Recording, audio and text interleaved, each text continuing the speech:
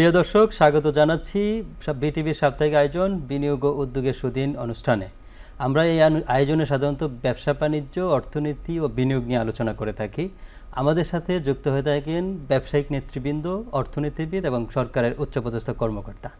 আমরা আজকে কথা বলবো আমাদের একজন ব্যবসায়িক নেতৃত্ব, যিনি জেবিসিসির প্রেসিডেন্ট এবং তার নিজস্ব কিছু ব্যবসা বাণিজ্য আছেন, দীর্ঘদিন কাজ করছেন এই জাপান ইনভেস্টমেন্ট নিয়ে। সেই ক্ষেত্রে আমরা অনেক বিষয় তার কাছে জানবো। আমি স্বাগত জানাচ্ছি আমাদের আজকের অনুষ্ঠানে জনাব তারেক রাফি ভুঁইয়া জুন ভাই, আপনাকে ধন্যবাদ সাইফুল ভাই আমাকে এখানে ডাকার জন্য।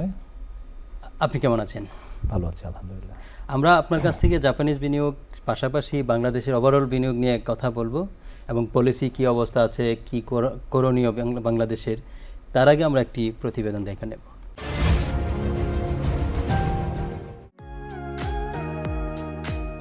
বাংলাদেশের গাড়ির বাজার প্রতি বছর গড়ে 15 থেকে 20% হারে বাড়ছে। বিশেষ করে ঢাকা, চট্টগ্রাম, নারায়ণগঞ্জ, সিলেট, খুলনা ও বগুড়ার মতো শহরগুলোয় ব্যক্তিগত গাড়ির ব্যবহার উল্লেখযোগ্য হারে বেড়েছে।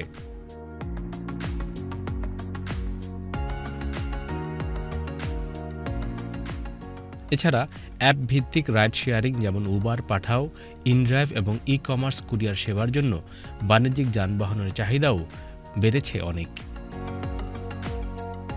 বাংলাদেশে এখনও অধিকাংশ গাড়ি বিদেশ থেকে আমদানি করা হয়, বিশেষ করে জাপান, ভারত, কোরিয়া ও চীন থেকে ব্যবহৃত ও নতুন গাড়ি। তবে সাম্প্রতিক সময়ে নীতিগত সুবিধা পেয়ে বেশ কিছু প্রতিষ্ঠান যেমন পিএইচপি অটোমোবাইলস, প্রগতি ইন্ডাস্ট্রিজ, এসিআই মোটরস এবং রানার অটোমোবাইলস দেশেই গাড়ি সংযোজন শুরু করেছে।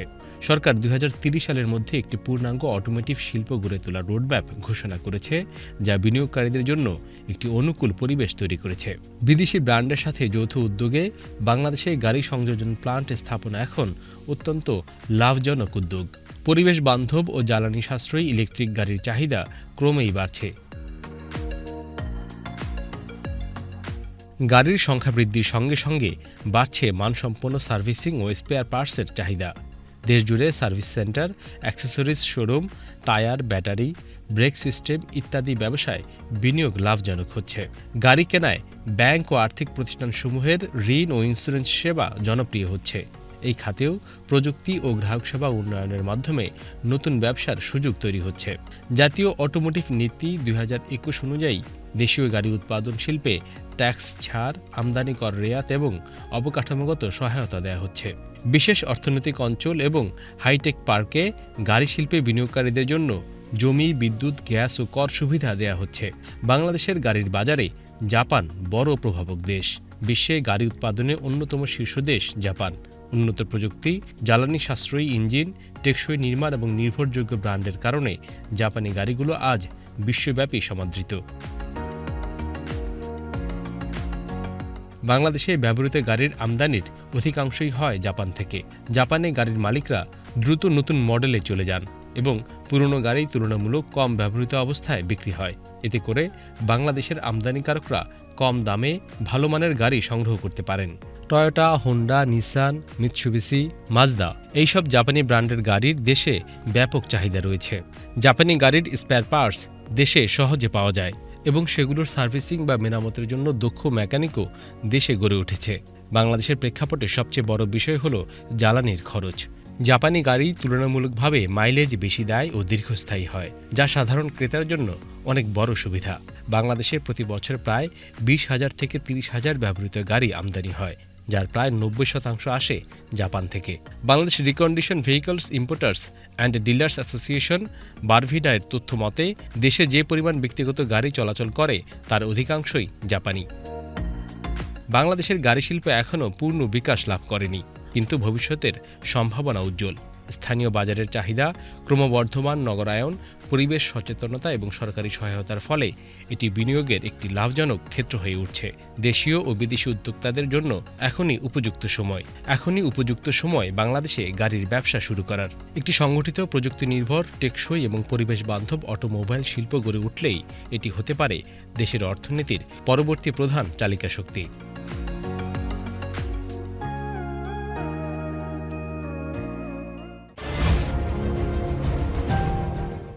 আমাদের যে বিনিয়োগের ভলিউম দেখি আমরা, সেই ক্ষেত্রে জাপানকে যেভাবে আমরা চিন্তা করি সেইভাবে জাপানি বিনিয়োগটা আসছে না।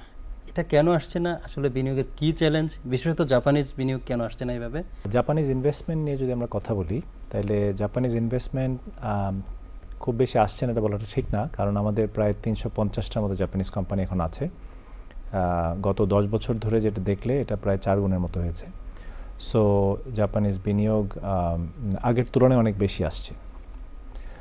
তবে কথা ঠিক যে ডেফিনেটলি অনেক ধরনের আমাদের প্রত্যাশার প্রতিকূলতা আছে। জায়গাটা জাপানকে আরো বড় ভলিউমে দেখতে চাই আর কি। অবশ্যই এটা আমরাও চাই, কারণ আমরা যদি অন্য কিছু দেশের জাপানিজ বিনিয়োগটা দেখি, ধরেন চায়নাতে জাপানিজ কোম্পানি 30,000-এর উপরে, ইভেন থাইল্যান্ডে হচ্ছে গিয়ে 7,000-এর উপরে, ভিয়েতনামে প্রায় 4,000-এর কাছাকাছি।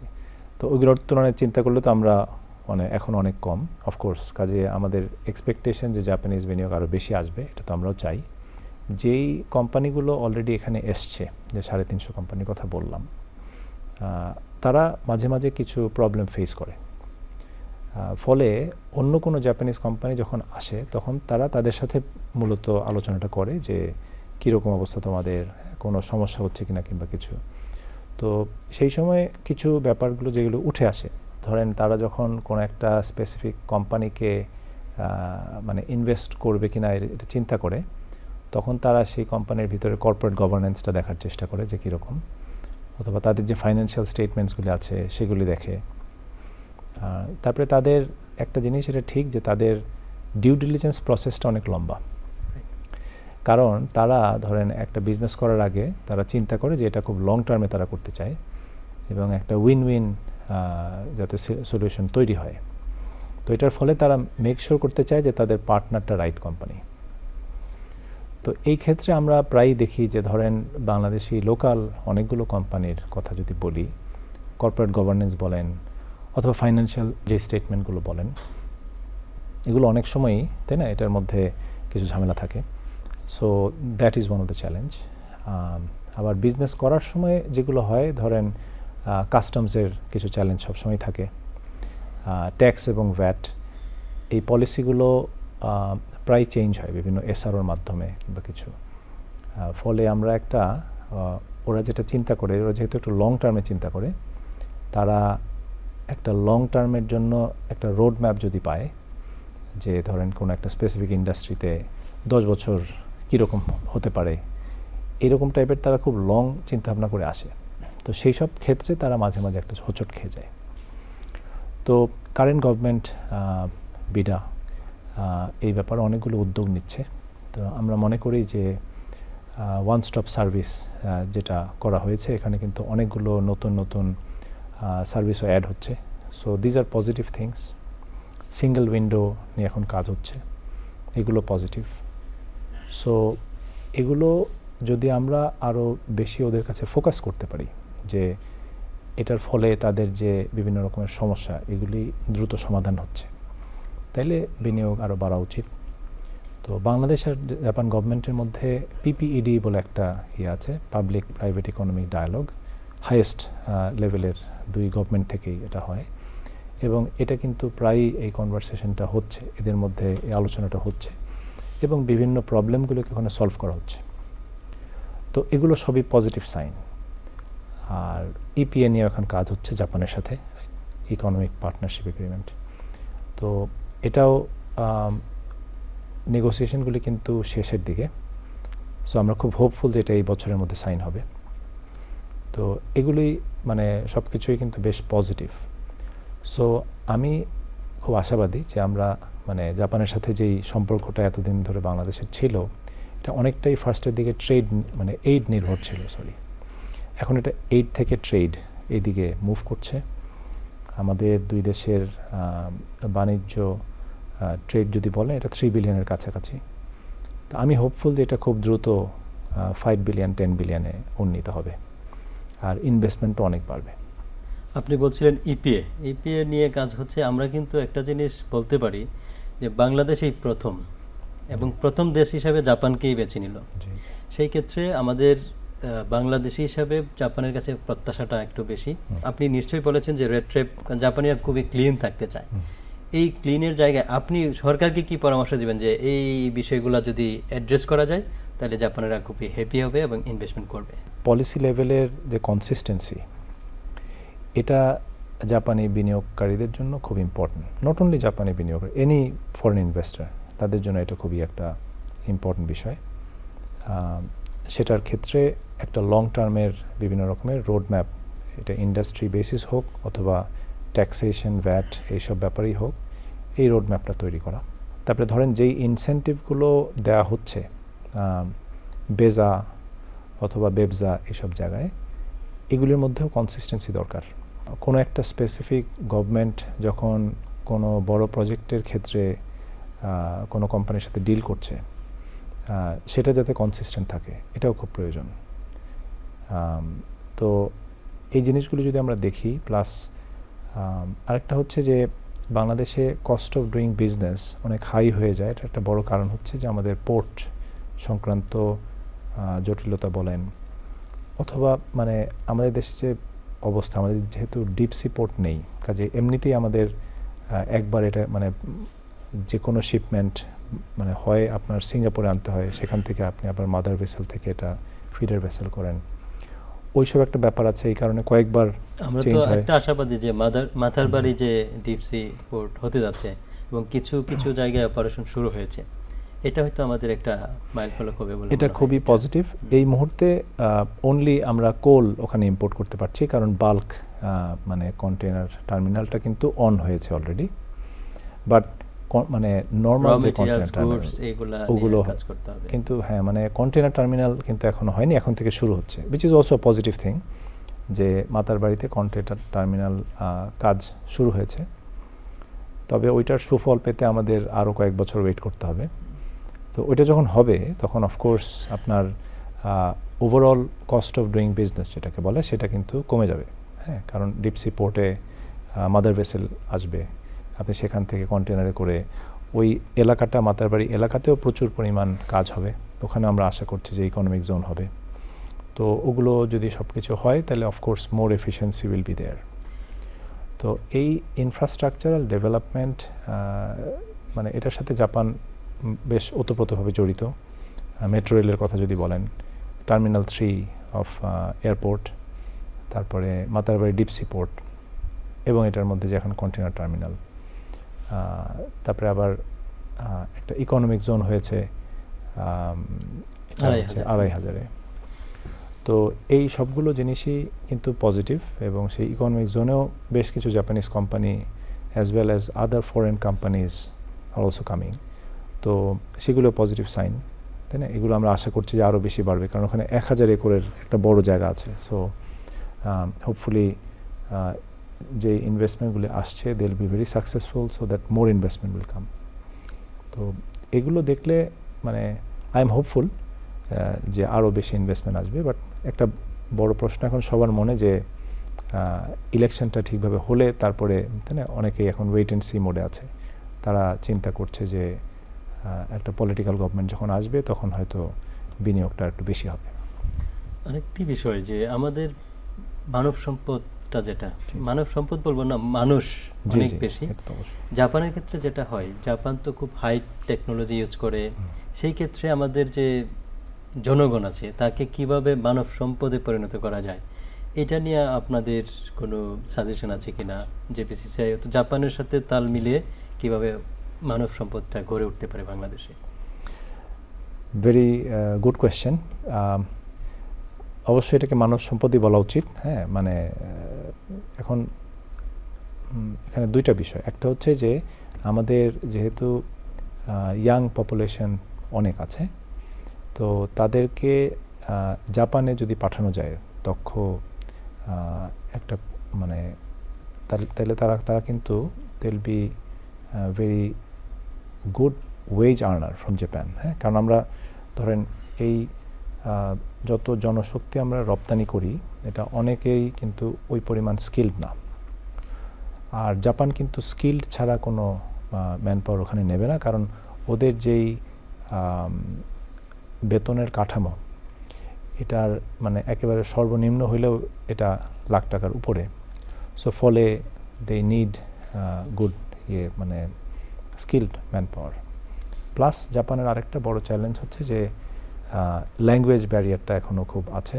সো আপনি নিজেও জাপানে গিয়েছেন, আপনি জানেন যে জাপানে যদি কেউ ওখানে গিয়ে কাজ করতে চায় তাইলে একটা লেভেল আছে N4, N5, N3 এরকম, মানে অ্যাটলিস্ট ওরা N3 লেভেলে মানুষকে চায়। আরও বেটার হচ্ছে N2, which is very difficult to achieve. তো ফলে কিছু চ্যালেঞ্জ কিন্তু আছে, হ্যাঁ, যে এই চ্যালেঞ্জগুলোকে যদি আমরা ওভারকাম করতে পারি, অনলি দেন আমাদের জাপানে একটা বড় বাংলাদেশের থেকে হয়তো একটা বড়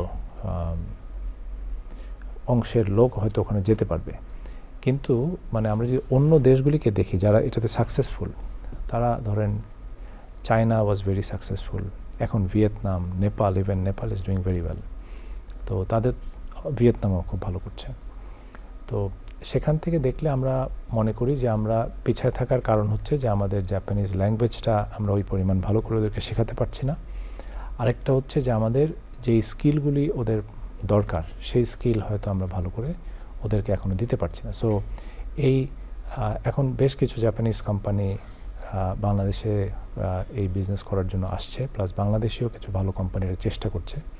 সো আমি হোপফুল যে এই জিনিসটা হয়তো বাড়বে। আর আরেকটা হচ্ছে যে জাপানিজ অনেক কোম্পানি যেহেতু বাংলাদেশে বিজনেস করছে, সেই কোম্পানিগুলিও কিন্তু চায় যে দক্ষ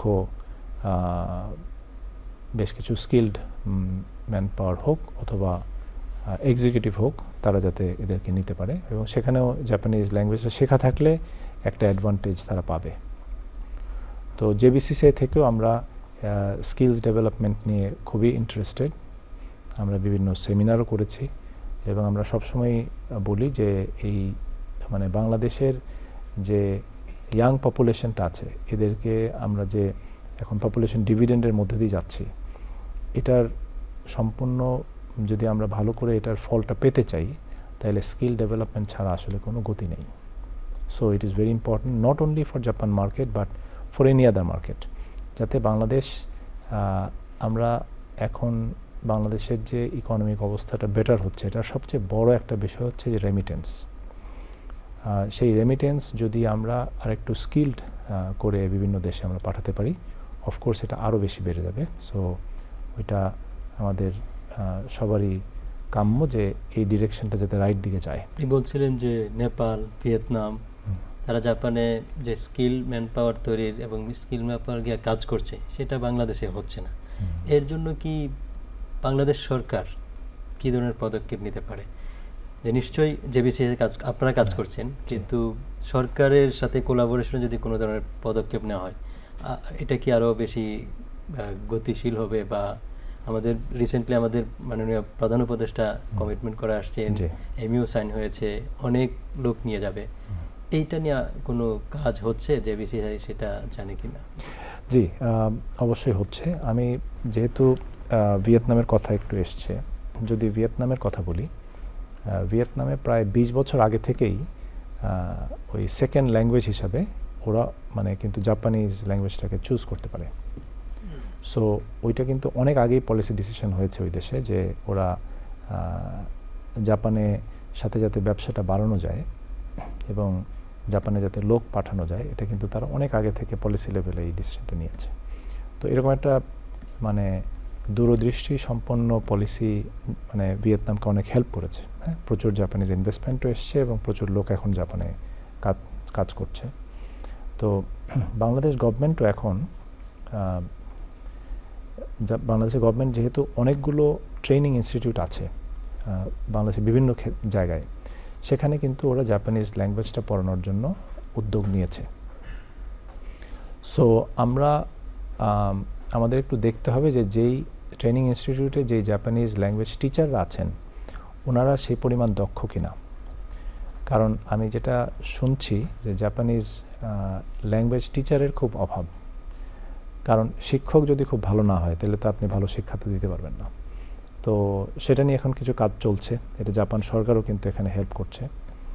সো আমি হোপফুল যে এনাফ ভালো টিচার যদি আমরা জাপানিজ ল্যাঙ্গুয়েজের টিচার আমরা যদি তৈরি করতে পারি, তাইলে ওই N5 N4 এগুলি পাস করার লোক সংখ্যা অনেক বেশি বেড়ে যাবে।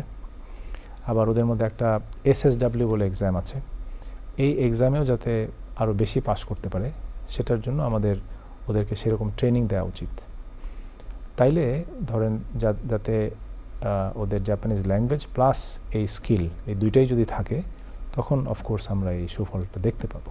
আপনি অনেক দিন JBCCI-তে আছেন, আপনি সাধারণ সম্পাদক ছিলেন, এখন আপনি মানে Japan Bangladesh chamber of commerce ইন্ডাস্ট্রির প্রেসিডেন্ট। জি, তো আপনি তো অনেক দিন ধরে দেখছেন জাপানিরা কোন ধরনের ইনভেস্টমেন্ট চায় এবং কোন সেক্টরে চায়। আমাদের জাপানিজ বিনিয়োগ বাড়ানোর জন্য যেগুলো করা প্রয়োজন, কিছু কনভারসেশন আমাদের অলরেডি হয়েছে। আমরা যদি পলিসি লেভেলে সেই সাপোর্টগুলি ঠিকভাবে দিতে পারি জাপানিজ বিনিয়োগ বাড়বে। এখন ধরেন কোন সেক্টরগুলিতে আসলে বেশি বিনিয়োগ আসলে বাংলাদেশের জন্য ভালো, তো এটার মধ্যে আমরা দেখতে পাচ্ছি যে মানে যেটা ট্র্যাডিশনাল সেক্টর, যে গার্মেন্ট সেক্টর, সেখানে কিন্তু বাংলাদেশ থেকে এক্সপোর্ট অনেক বাড়ছে, জাপানের মানে এটা বাড়ছে। তো এখানে জাপানে যখন এক্সপোর্টগুলি যায় তখন সেগুলি একটু হাই ভ্যালু আইটেম হয়, গার্মেন্টসের মধ্যে একটু হাই ভ্যালু আইটেম। তো সেটা তো আছেই, কিন্তু আমরা চাই যে আরেকটু টেকনোলজি নির্ভর কিছু জিনিস হয়তো জাপান থেকে আসলে, যেমন লাইট ইন্ডাস্ট্রিতে আমাদের এক্সপেকটেশন যে লাইট ইন্ডাস্ট্রিতে জাপানের বিনিয়োগটা বাড়বে। তো এটার একটা ভালো দিক হচ্ছে যে আমরা যদি দেখি যে মোটর সাইকেলে কিন্তু জাপানের বেশ কিছু কোম্পানি বাংলাদেশে এসছে এবং তারা বেশ ভালো করছে। হোন্ডা, ইয়ামাহা, সুজুকি এরা সবাই কিন্তু বাংলাদেশে সিকেডি কিংবা ওই প্রোডাকশন করছে এবং দে আর ডুইং ওয়েল। তো আমরা হোপফুল যে কোনো সময় হয়তো জাপানের গাড়ির কোম্পানিও বাংলাদেশে আসবে। তো এই ধরনের ফ্ল্যাগশিপ ইনভেস্টমেন্টে যেটা হয় তখন আরও অনেকগুলো SME কোম্পানি কিন্তু জাপানের একসাথে বাংলাদেশে আসবে এবং তখন বাংলাদেশে যে লাইট ইন্ডাস্ট্রি, এটা প্লাস্টিক বলেন অথবা অন্যান্য যে কোনো ইন্ডাস্ট্রি, সেটা কিন্তু তখন আরও বেটার একটা অবস্থায় যাবে। তখন এটা মানে একটা ইন্ডাস্ট্রি তখন অন্য ইন্ডাস্ট্রিকে হেল্প করে, সেভাবে করেই কিন্তু মানে বিনিয়োগটা ওইভাবে করে বাড়ার একটা সম্ভাবনা আমি দেখছি। আরেকটা হচ্ছে যে এগ্রিটেক, হ্যাঁ, এগ্রিকালচারে বাংলাদেশ এটা খুব ইম্পর্ট্যান্ট একটা সেক্টর এবং এখানে জাপানিজ কিছু টেকনোলজি যদি নিয়ে এসে কিছু করা যায় এটা একটা ভালো সেক্টর। আরেকটা হচ্ছে রোবোটিক্স। এখন এই AI প্লাস অটোমেশনের যুগে অনেক অটোমেশন হবে, তো সেই ক্ষেত্রে Japanese robotics have always been মানে very high in the quality sense. তো সেই দিক থেকে আমি মনে করি যে হয়তো আমরা আরও কিছু ভালো রোবোটিক্সের দিকে আমরা যদি ইনভেস্টমেন্ট দেখতে পাই, সেটা ধরেন গার্মেন্টসের অটোমেশন হতে পারে অথবা অন্য ইন্ডাস্ট্রিয়াল অটোমেশন হতে পারে, সেই দিকেও আমরা হোপফুল যে জাপান থেকে হয়তো কিছু ইনভেস্টমেন্ট আসবে।